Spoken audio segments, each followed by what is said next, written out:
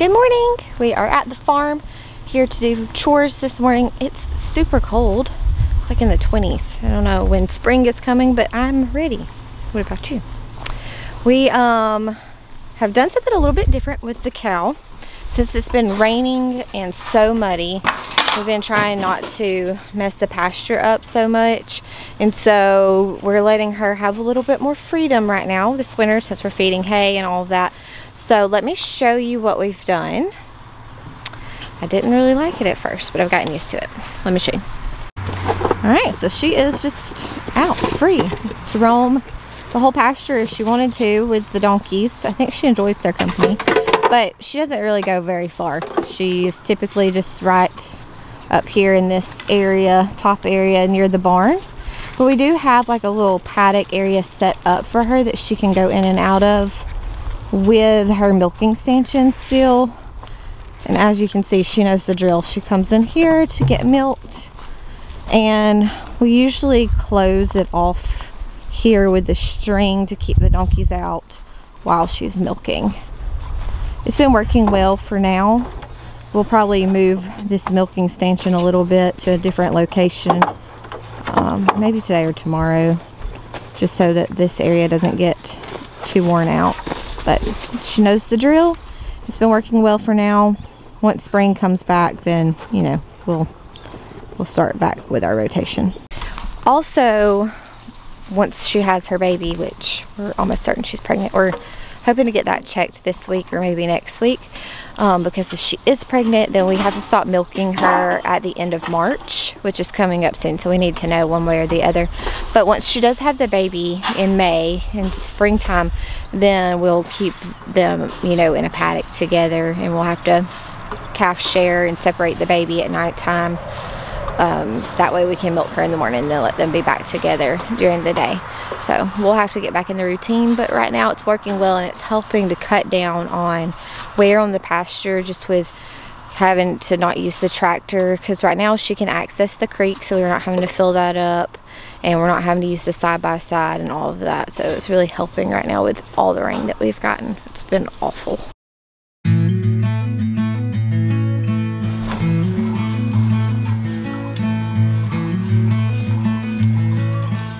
So we're trying our hand at making our own design for chicken tractor this year. Dad is the engineer. He's got the engineer mind, so he engineered a new chicken tractor for us to use. I think it's like an 8x8, and I think we're going to be able to fit probably around 50 chickens in there at a time, maybe a little more.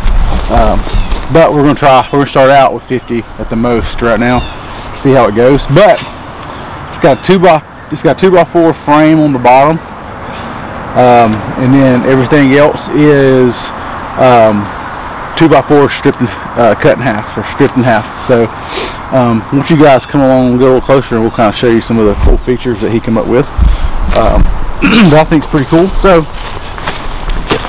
one of the first things that we noticed is with our old chicken tractors that we made the top two separate pieces. So we made a permanent piece, and we made the lid that actually opened up. Well, when the wind blows, it catches and it throws the top of the chicken tractor door up, and so we've had to like make some repairs, or still have some repairs to do. So this particular tractor that he designed is a solid piece all the way across the top, so that there's not two separate pieces. So when the wind blows, it's a little bit heavier, but it should hold up better. Let me get Caitlin to come a little closer so you guys can see the inside of this. So he's not super happy with this, but he made like a little stand that swivels down and pops open right here, and then on the back side he put some wheels on the back side of it. Now this thing is heavy. It's a lot heavier than our other ones, but it's larger than our other ones, and it has some wheels that we'll be able to pull it and make it a lot easier. I think the original version, he was thinking about putting a tarp over the top, but it just so happened it rained the day that he was building this, and was able to pull it out in the rain, and the weight of the water collecting in it kind of made the tarp droop in the middle. So he kind of changed that up a little bit and ended up putting 10, but I think it turned out really great. So as of right now, with our 2 older chicken tractors and this one, we should be able to